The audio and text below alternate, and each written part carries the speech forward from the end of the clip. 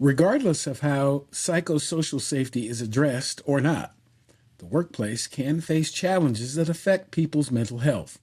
Many of these challenges are not the result of people's actions, they're about the systems of work people are in. We'll talk with one of the founders of a nonprofit at the forefront of the workforce mental health movement up next on this episode of the Psych Health and Safety USA podcast. From Flourish DX, this is the Psych Health and Safety USA podcast. As workplace mental health has become a global priority, there's a greater focus on addressing psychosocial hazards. Each week, we look at psychological safety from an occupational health and safety perspective. Let's talk psychological health and safety. Welcome to this episode of the Psych Health and Safety USA podcast. I'm your host, Dr. I. David Daniels, and I want to thank you for tuning in. Our goal each episode is to increase awareness of the importance of psychological health and safety by learning from the lived experiences, research, and expertise of our guests, as well as advocating strategies to reduce harm and minimize vulnerability to psychosocial hazards in the American workplace. So this episode takes us into a topic that's both urgent and deeply personal for many people: the state of mental health in the workplace. We're going to explore not just how workers are doing, but why. What's driving the trends we're seeing? And what will it take to create environments where people can truly thrive?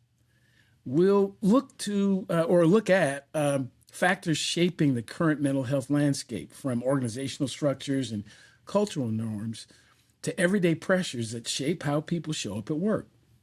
And we'll ask a critical question: is it more realistic to change the structure of the workplace or to focus on improving the overall mental health of the workforce? The answer may not be as straightforward as it seems. We'll also talk about the moments that spark transformation, those situations that make someone say, that has to change. From there, we'll dig into the challenges that make transformation difficult and examples that show it's possible when organizations commit to doing the work.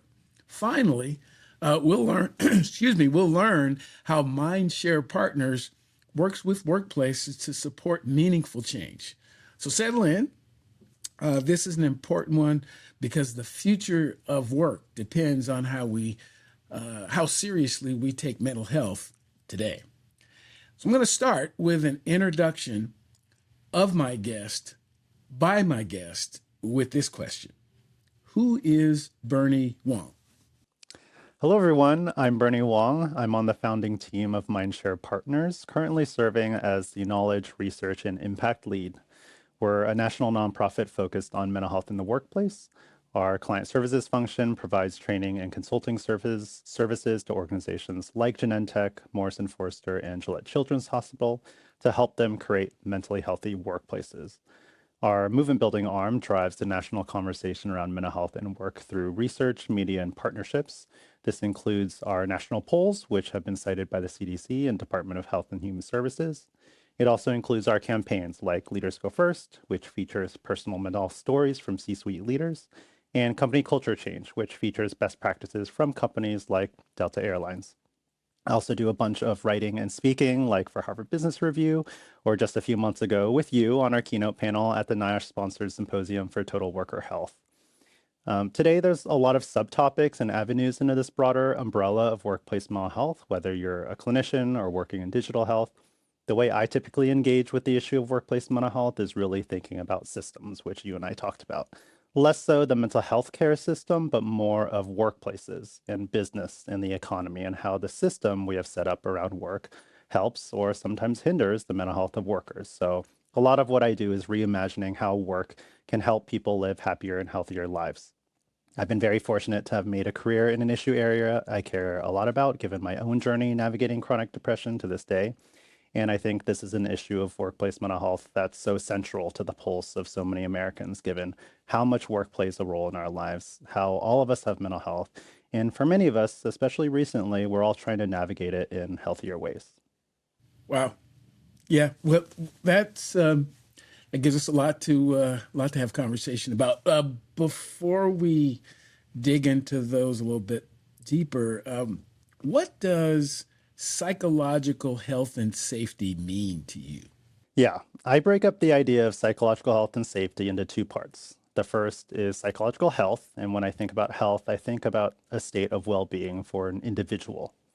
And the second part is psychological safety. And I think of that as less of an individual experience than it is a measure of your workplace. So, much like physical safety, I think of it as the environment and the conditions you're in that creates that safety. So there's plenty of nuance on overlap, but the reason why I offer this comparison is that a common mistake I see when looking, especially at, the best places to work rankings around mental health and well-being at work, is that psychological health and safety is being measured by the programs that a company offers. So the benefits, the apps, the meditation programs. Oftentimes we see employers pointing to these things and saying, like, hey, we have psychological health and safety. And the reality is, you can have all of those things, but that doesn't necessarily translate to psychological health, to mentally healthy people. Now, I don't want to discourage people from pursuing those things, absolutely do, because many of these things do create psychological health, and companies have made amazing progress in investing in these support systems. And you have to remember that all of those programs are a means to an end. You can be a Fortune whatever company with the best in class benefits, and your people can still struggle because of work. And on the flip side, you can be, a small local family owned business without all the bells and whistles. But if your people are coming in, enjoying work, find meaning in work, have agency and flexibility, and feel supported by their colleagues and management, you absolutely can have a mentally healthy workplace. I sometimes like to say the mentally healthiest companies I've seen are incredibly boring because they're doing the quiet and sometimes unexciting work of supporting people rather than a splashy campaign. And so at the end of the day, to me, psychological health and safety is measured by the testimony of your people, not the programs or the accolades you have in place.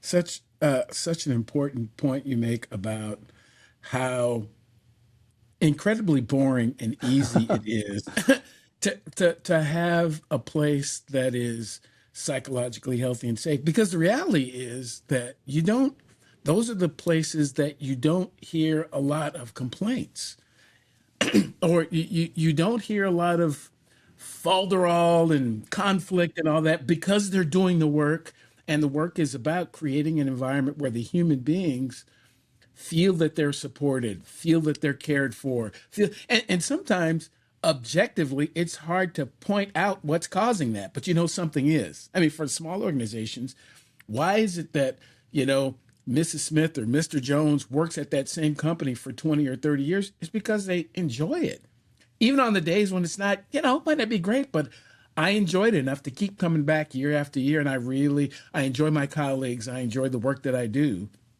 And somehow, well, I think we've kind of come to this, under the hustle culture, we've kind of got this idea that that's not doable, but it actually is doable, and it's not really super complicated.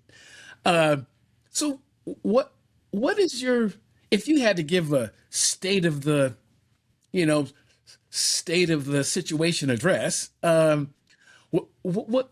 in your view is the state of mental health in the workplace, kind of in general across our country? Yeah, it's definitely getting better and worse in different ways. So let's start with the positive. And I know the pandemic feels like a long time ago and something we've all talked about already, but when I've gone out and talked to workers all over the world, frankly, a lot of people still point back to the pandemic as a real turning point when it comes to workplace mental health. Prior to the pandemic, we were a little bit in the glory days of big tech being the poster child of workplace culture, the culture wars, the catered lunches, all the perks you could dream of. Then during the pandemic, all of that stuff, and I use the word stuff intentionally, because all of that stuff went out the window, whether you were sheltered away into remote work or you're still tasked with working on the front lines as a quote unquote essential worker. Regardless, people globally were kind of faced with this very real threat to their livelihoods. And coming out of the pandemic, we've seen a lot of people talk more openly about mental health at work, extend grace to those who are navigating challenges. And to meet that need, we've also seen a lot more companies engaging with mental health and implementing supportive resources as standard offerings. So that's the positive.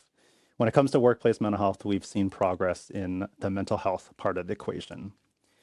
And now the challenges. And what I've seen less of, or at best mixed progress in, is the workplace part of that equation.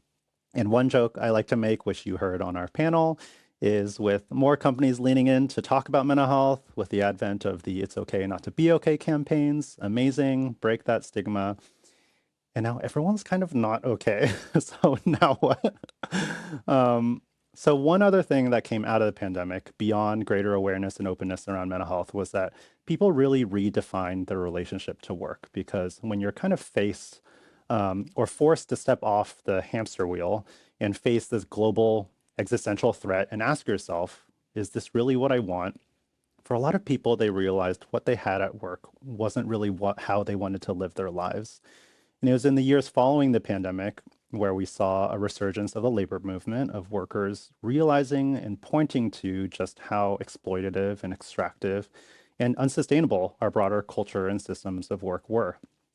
And these challenges aren't new. They extend well beyond the pandemic. So stagnant wages, culture of always needing to be online or on call, rising costs of living, a relentless pace of work, all of these things have been happening for the past several decades, if not more.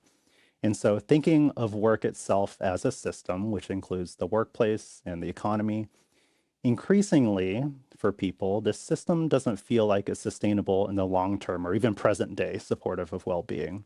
And this realization, I'd say, is really entering public consciousness in a way that wasn't as salient before the pandemic. So now in the past year, we've unfortunately seen these challenges to well-being grow. Some employers have scaled back investments in things that enabled well-being, like flexibility and remote work. Some have really quieted around social issues, around fairness, inequality, and human rights.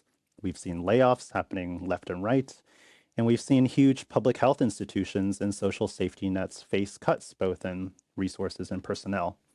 And so more people, being regular working Americans, are now left to fend for themselves. And if you're not one of the lucky ones who are working at an employer or living in states who have really stepped in and gone against the grain and invested more amidst the turmoil, you're kind of left to your own devices. You might be able to talk about it openly in some places, but our systems around work are falling apart for working class Americans.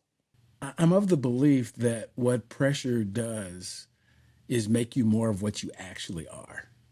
Because those things don't, nothing can come out of you that's not already in you. The same thing with organizations. I hearken back to the murder of George Floyd that, kind of took place right in the height of the pandemic, and these organizations who talked about, oh yeah, Black Lives Matter, and we're gonna create an employee resource group, and we're about this diversity thing, and until we until until they were in many cases until they had to pay up in terms of the commitments that they made financially, and now this new kind of pressure that's shown up that says that, yeah, we're not really into that diversity thing, and we we want to do this a little bit different than we've done before. And so all these companies and organizations who had said that they were supportive of different kinds of people, they were supportive of, diversifying their workforces. Now, all of a sudden, all that seems to have gone sideways or gone kind of off the board. And I believe it's because you were never really committed to it anyway. There are organizations who are never really committed to remote work. They were never really committed to fair wages. They were never really committed to an environment that focused more on the human beings than on simply making money. And they're becoming more of what they really are. And that's why I think it's really important for all of us as individuals to be really clear about what matters to us. And there are places that don't really care that much about me. They're out to make money. The question is, how will they treat me in the process? And if we can, again, as I've had more birthdays, I'm okay with transactional relationships if I know what the transaction is going to be. And no, not everyone at work is my best friend. And no, not everything that they say at work is going to be great for me. But as long as it's not really intended to harm me, and I spent about 30 years of my life going into buildings on fire. So I knew that, there's certain things, if I go in there, I could get killed doing that. But I did it anyway because I had training, I had a crew, I had supports. I knew the hazard I was being exposed to and could make decisions on my own about, how much of that exposure I'm going to get. I'm simply suggesting in this conversation about psychological health and safety, if organizations can be who they really are, that's where this long story comes back. Just be who you really are and don't fake it. Don't If you're not into people like me or things that I like, and if you're just be that way. I know if I get into a ring and they say it's MMA, they're here to punch me in the face. What what I'm not into is, oh, we're a family, it's a wonderful place to work, and come to find out it's a horrible place to work because you don't care anything about the people that you've kind of lured into the space. But I think some of the challenge comes from well-meaning people who don't recognize that what you're doing is affecting people in that way. So can you, share for those who are not, they know business, but they don't know mental health and that kind of stuff. They know it's an issue. What are some of the contributing factors to the state of mental health in the workplace as it is today? What's causing it to be that way? Yeah, and I love that you point out well-meaning individuals, which honestly, it's easier to equip people to kind of divert their well-meaningness to an effective strategy than it is to convince people to care. But Right, I think right. on that note of knowing maybe work versus mental health, I like this question because it's actually quite well defined. I think a lot of people do get caught up in the fact that mental health is kind of this huge spectrum of experiences and all the variations in how they manifest, the causes, how they show up across contexts and cultures. But the great thing is that we're talking about workplace mental health. We're not talking about treating mental health in its entirety as a clinician or therapist. We're talking about an employer's role. And what we've seen is decently universal work factors that typically determine whether work makes mental health worse. One is a lack of flexibility. So, flexibility accounts for the diversity of human needs and experiences and also reduces the friction between work and an increasingly complex world, whether it be for mental health or as a caregiver or whatever life throws at you.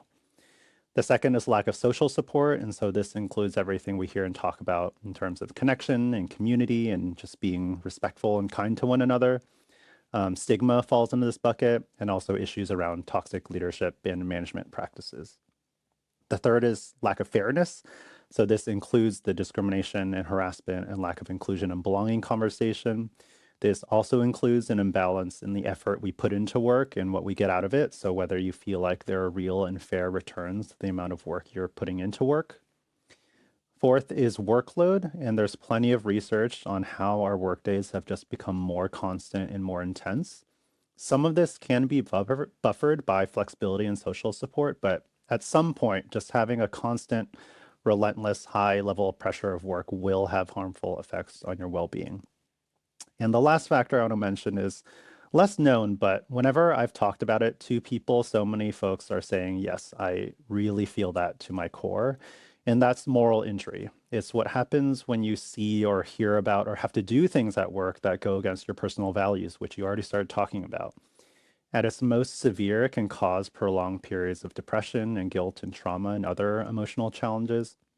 You can imagine this among military personnel, where this concept is very well researched, and also among healthcare workers too. For example, they have to turn away patients because they don't have health insurance, but you kind of have this duty of caring for people.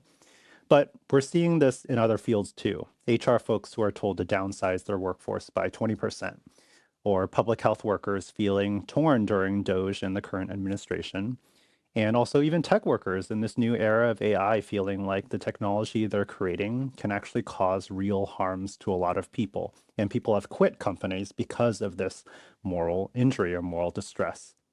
So I raise this last one because we're increasingly seeing, as you kind of have already talked about, how the values of our biggest businesses are diverging from the values of regular working Americans.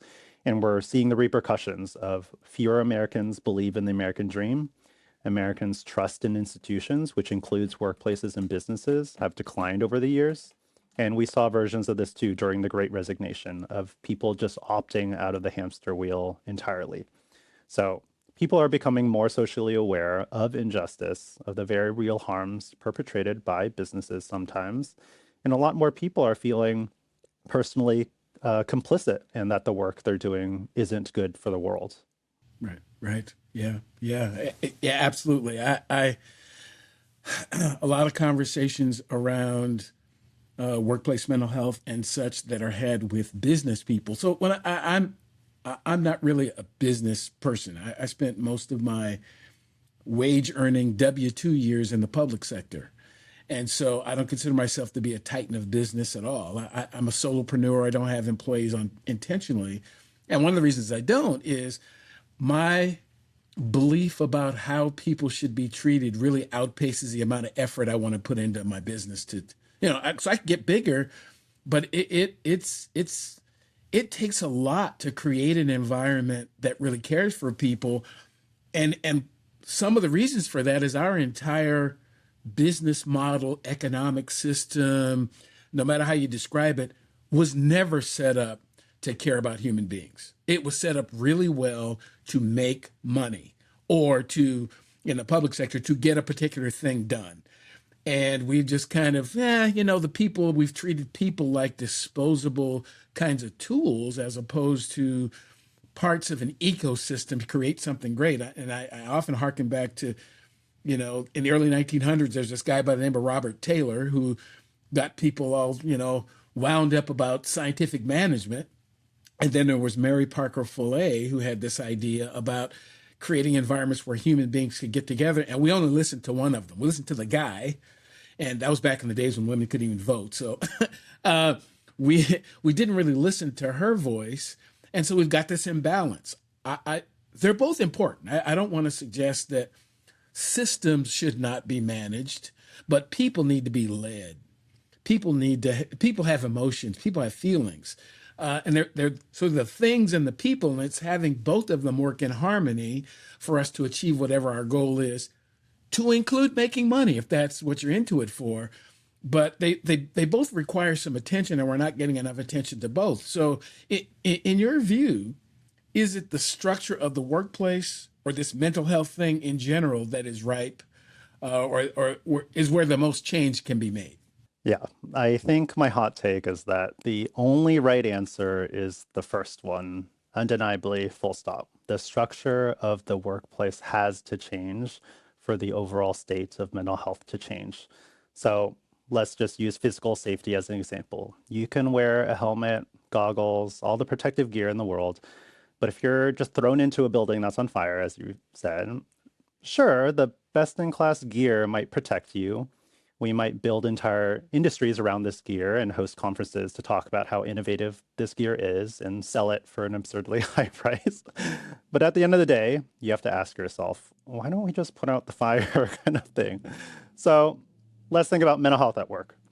You can have an amazing therapist, all the apps and self-care resources in the world, but if you're put into a workplace where you have an unsustainable workload, little agency, toxic leadership, diminishing wages and protections, the constant threat of layoffs, it's honestly mind-boggling that we might not just consider the root cause of these things. Again, it's absolutely worth investing in the gear, all the solutions we see, but we're not seeing as much emphasis on the root cause, which are, as I said, the systems of work itself. And I think it's a little bit evocative to consider, too, the question, the premise that this idea of workplace and mental health can separately change. And the reality is that they just fundamentally can't. Our environments shape our health and our livelihoods, and sometimes even who we are as people. And the direction that work and labor and the economy is going, I kind of have real concerns around its ability to serve the health and well-being of all people. And so this goes back to thinking around how we go about creating change around workplace mental health. And when you're in the business of changing businesses' behaviors, sometimes we do lean into the business case, the idea that happier and healthier employees will be more productive for businesses to be more profitable. And it's a win for everyone. And I think that's another premise that we kind of have to reconsider. Several months ago, I had the pleasure of interviewing Amanda Janu, who is an economics and policy lead at an organization called the Wellbeing Economy Alliance. Definitely have her on this podcast, but she spoke to this very idea that we as a society, or even just in the US, we have this equation wrong. that the directionality of human health, which is to serve businesses, which then serve economic growth, should our measures of success in our economy not be defined by its ability to create happy and healthy people? So again, it's the question of to what end, and ultimately to your initial question, it's the structure of the workplace is the means to the end, and the end being happy and healthy people. Do you need more psych health and safety in your life? Then head over to the FlourishDX Academy for several free on-demand e-learning courses. If you're an internal professional, follow FlourishDX on Eventbrite to register for any of our free fortnightly interactive webinars. Our flagship professional practice program is also exclusively available for internal professionals. The 12-week course blends theory, applied practice, and interaction with other professionals through live lectures and a monthly community of practice session. Find out more about all these learning opportunities or inquire about a bespoke in-house training at the FlourishDX Academy. www.45003.org. Now back to this episode. One of the drivers behind the research I've been doing for a few years, and matter of fact, even the book I recently wrote, is to get people to recognize that the environment itself, there are psychosocial hazards in the environment because that's how the environment was built. I I sometimes see these companies who they'll have this, an ad or a commercial or whatever, and they'll say, we've been in business for 125 years, blah, blah, blah. To be quite honest, as a person of African descent in the United States, when you tell me you've been around for 125 years, it just lands with me differently. It does. And I'm not suggesting that the people who come up with these slogans are, again, they're not, I don't think they're trying to be mean or anything but it just lands with me differently because when I think about 125 years ago, when I think about what was going on, post Reconstruction and the Red Summer and all the things that were going on in this country at that time, it doesn't bring me a warm and fuzzy feeling. We still had legalized segregation at that time. So it lands with me different. It doesn't matter what you intended. It matters how it lands with me. That's where my reaction is going to come from. And that's what's going through my head. And, even when we talk about history in general, I'm not much of a history buff. I really enjoy more conversations about science fiction. I'm a Star Trek fan, all that type of thing, because I believe we have a better opportunity to make a better future, and we have to fix all the stuff that we've done as a society. It was set up to be exploitative to some people. It was set up to exclude certain people. It was, and I think the more we acknowledge that, the more we can actually have systems to fix it. And think about this. We evaluate an effective work week in 2026 based on what people were working in 1938. Really? Does anybody really think, Iceland, 3-4 years ago, did a survey across the country and decided that everybody was working too much, and I think about 80% of folks there work a 32-hour work week and get the same pay that they were getting on a 40-hour. So again, I just love that, the premise you discussed. It's the very system itself. It is set up to create the problems we say we're trying to solve, and we're not going to fix it by simply, what we used to say in the fire rescue service, putting water on smoke doesn't put the fire out. It doesn't. We have to get to the seed. What is burnt, put that out. Because the smoke is just the off-gassing of this burning stuff. And the same thing here, a lot of the apps and all that, they're treating the symptom. They're not really treating the problem. So I'm curious for you, is there a specific situation that got you interested in this topic? Because I find that a lot of us who are interested in this topic have something that happened to us, to somebody we care about, something we observed that got us really interested in having this conversation about workplace mental health and such. So is there a situation for you? Yeah, of course. And I think with any advocacy or social good work, it's always personal. So for me, I've navigated chronic depression for as long as I can remember, frankly. And when you're navigating essentially the entirety of your life through that lens. It really colored how I viewed a lot of the world around me.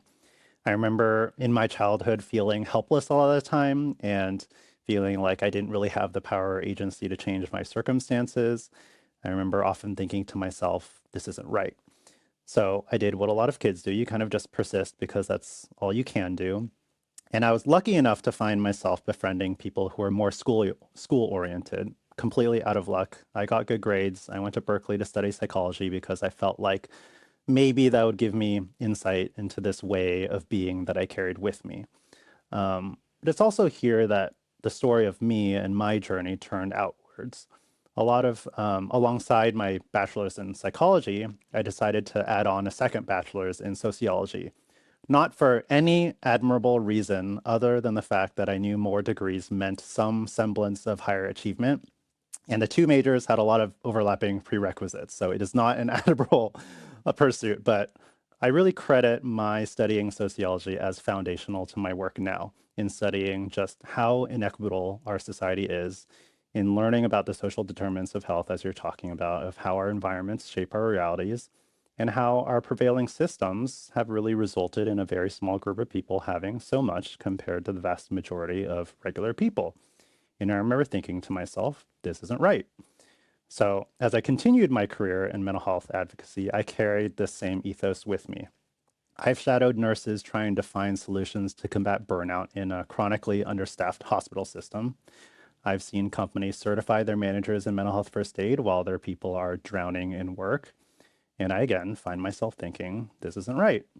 So going back full circle, this is what I mean when I talk about reimagining our systems of work to enable well-being. I think in a lot of ways, most people want to be happy and healthy and find meaning in life, but the world of work and the world they're navigating as it is now isn't letting them do that. And as you look over the course of history, the successes and advancements we've made in recreating these systems, by and large, these successes were accomplished from regular working people, whether they're advocating for greater awareness and understanding around mental health, to protesting poor working conditions, to just the very quiet ways that regular people are just trying to create some semblance of work-life balance for themselves and their loved ones. And ultimately, they're still working within, quote unquote, this system. And I think that's what drives me, of making progress to change this broader system of work to help people live happy and healthy lives. Mm-hmm. So, what have you found in your efforts are some of the challenges that make transformation more difficult in the workplace? Yeah, I'll name two things, and I'll use loneliness as an example because it's been a topic that's really picked up momentum in recent years. So speaking from a workplace lens, one thing that makes transformation difficult is that a lot of change efforts are focused on the individual and not systems. This may be my personal belief, but I don't think the loneliness epidemic from a workplace perspective is going to be solved by calls for more time together, which I've already seen twisted as a reason for return to office mandates. But at its core, I think the systems of work in America just aren't built to create true and meaningful connection between people. This is because at-will employment is by and large the standard terms of employment, so you can be let go, frankly, for any reason. We've been in this era of forever layoffs. We're seeing office mandates and orders to be more productive. We've seen a quieting around inclusion, rapid investments in AI. And all of these things are increasingly just becoming business as usual, but you can't build true, meaningful connections with your colleagues when you're always working, when people are treated as resources, when you're forced to leave your communities to come into work, and when you could lose your job with every shift of the economic climate. So loneliness can only be solved when, I know I sound like a broken record, when the systems of work are built to enable mutual trust and investment and treating people as human beings. You don't build connection when you treat people as numbers. So that brings me to the second challenge to transformation, is just not quite getting the why and the how right. I get that in a culture of limited time and resources. I see a lot of employers ask, like, what are other companies doing? And it's sometimes challenging because my famously unhelpful answer to that question and most questions is that it depends.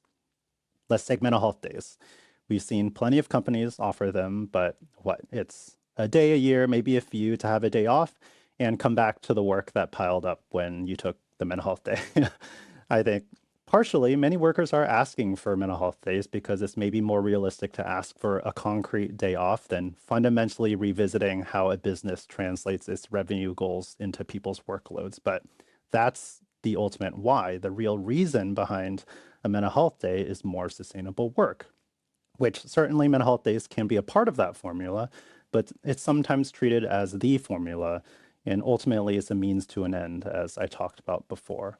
And so this gets to the how. There's a way of introducing mental health programs and strategies that on one end feels supportive and empowering versus the other, which is yet another mandate of what people joke about, the required resilience training.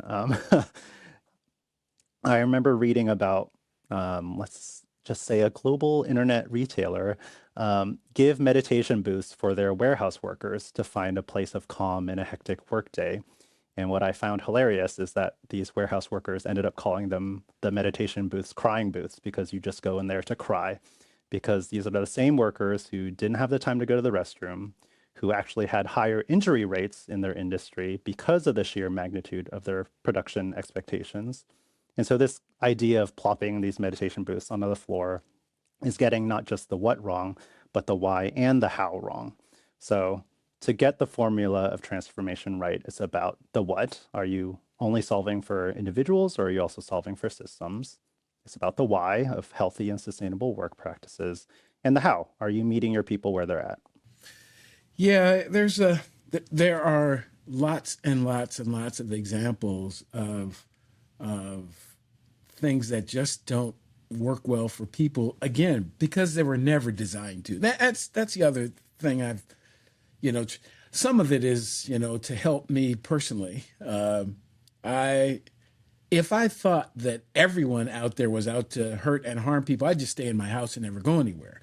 I just don't believe that. I do believe that there are some who want to do better, who want to treat other people better, but the tools that they have are the same tools that were used to harm people in the past. And it's about, folks like yourself to introduce people to other ways of thinking about. It's not just this, have you thought about this part of it? Because if you address this part of it, you're going to get something better on the downstream part. It's like the quote, I think it's from Bishop Desmond Tutu, who talked about how long are we going to, we've been fishing people out of the river. Why don't we go upstream and find out what got them in the river in the first place? and we'd be a lot more effective that way. So have you seen, and can you share, no names necessary, of some folks who've actually are getting this, some transformations that are actually coming around and some of the strategies that they've used? Yeah, I'll start with one example. A couple of years ago, Pure Leaf Tea and the PR consultancy Edelman partnered to create this viral campaign around revitalizing break culture, so a culture of taking breaks. And they brought Mindshare partners on to help launch a program that gave nonprofits and small businesses funding to implement initiatives that promote employee well-being. So one of our recipients was a mental health clinic in Nebraska, where many regions within were federally designated as mental health professional shortage areas. And the current state was that staff were using their breaks in between clients to complete paperwork. What the grant allowed them to do was invest in this automated and healthcare compliant transcription service to streamline work and allow staff to actually take their breaks. And there are a number of reasons why I like this example. First, it was an idea that came from staff, which isn't really the way that I've seen a lot of companies strong arm AI into their people's work. It was a solution that staff came up with that was contextual. It fit the unique kind of work and needs of the organization as people to create more sustainable work. And at least to my knowledge, they didn't just replace their time savings with more work. They gave it to their people to actually rest and rejuvenate. And it was something that also wasn't explicitly mental health related either. As I talked about before, I see companies sometimes get caught up in whatever you want to call them, what world-class organizations are doing, and that they are the ones who are doing workplace mental health best. And that's not necessarily true. You can have an amazing mentally healthy organization that doesn't have any of that. But again, if your people are coming into work, feeling supported, forming genuine connections, feeling a sense of purpose and meaning from work, that's a mentally healthy organization, and that's the end goal. So to circle back, here's an example of what not to do. I remember when psychological safety actually was booming in the tech industry, and everyone was doing trainings about it, integrating it into their meetings and strategy. It was in all the tech conferences. And then layoffs happened, and tech workers were like, wait, that's not psychological safety. And the tech companies were actually like, well, technically, the definition of psychological safety is the freedom to ask for help and share ideas and disagree without repercussions, but it's not job security. And I mean, that's technically true, but do you see how twisted that is to lean into this ethos when it's beneficial, but then immediately pull back or split hairs when it isn't? And so that also speaks to this divergence of corporate interests versus the regular individual American. So maybe this is a very roundabout way of emphasizing that often the ones who are doing psychological safety and mental health the best are the ones who are doing it genuinely and earnestly and with a real deep commitment to their people's well-being and who involve them, including when things get hard. We talked originally about your role as one of the founders of Mindshare Partners. So, can you share a little bit about how Mindshare Partners engages with workplaces to facilitate these kinds of transitions? Yeah, of course. So as I mentioned, we do provide kind of this suite of training and advising services to employers, but at the end of the day, our mission as a nonprofit is to create mentally healthy workplaces. So a lot of the thinking I've shared so far is integrated into how we approach those transformations. The first is really thinking about systems. We have a framework called the ecosystem of a mentally healthy workplace, where we think not just about the benefits and resources you're giving, but also the people. How are leaders and managers engaging with workplace mental health and modeling healthy behaviors? We think about how daily work practices and work policies incentivize behaviors that may either help or hinder mental health. And we also think about how the organization and its leaders are accountable to mental health outcomes or whether they're measured at all. So ultimately, we're really looking at workplaces through this systems lens. The second is that conversation around the why and the how and involving an organization's people in the transformation process. So this can look like a lot of different things, from surveying employees to conversations with employees to going on site and hosting focus groups, to some have even formed steering committees of employees to inform that work going forward. Again, the goal is to really understand how you involve your people and understand your people so that the transformation process actually makes sense for both the organization and its people. The third, we of course translate all of this thinking into the concrete actual strategies of how the transformation actually happens. So this could be training managers, this could be advising internal communications, this could be the discovery work. Again, we see a lot of these offerings in the market, but I'd like to say we approach it in a thoughtful and informed and hopefully ultimately empowering way for both the workplaces and their people. And then we try to connect some of this theory and thinking and systems and data and discovery with storytelling. And you're definitely getting more of the former because you're talking to me. And sometimes I'm painfully theory driven, but storytelling is so important to changing hearts and minds. And we've had amazing success in facilitating open conversations and stories from leaders and employees alike to drive that dialogue and momentum internally, whether it be a small closed group conversation to presenting on a bigger platform. Again, our goal is to create mentally healthy workplaces. We try to engage organizations as true partners to hopefully help steer their work for the betterment of not just the organization, but again, the people. What you have just described and what Mindshare Partners is involved in is exactly what's necessary for organizations to be psychologically healthy and safe. It is. It's the same thing. And it is about the structure of the work and the social interactions in the work, and many times the work itself. It's not simply giving another app to the people. It just isn't. And I like you. I like a nice gadget like the next person. But I think we need to put more attention to trying to get to the underlying cause, as opposed to spending the thousands and thousands of dollars and the lots and lots of time and accepting the damage that type of strategy imposes on human beings when we can make it simpler.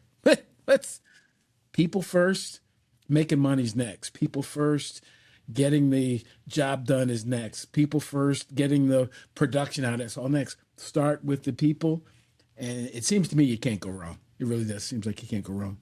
So for those who may have listened to your experience and listened to the work you've done, and they want to learn more, they're going, yeah, I think we probably need to call those folks and have them go over and help us out. So if folks want to learn more, what's the best way to contact you and to get more information about the work that you're doing?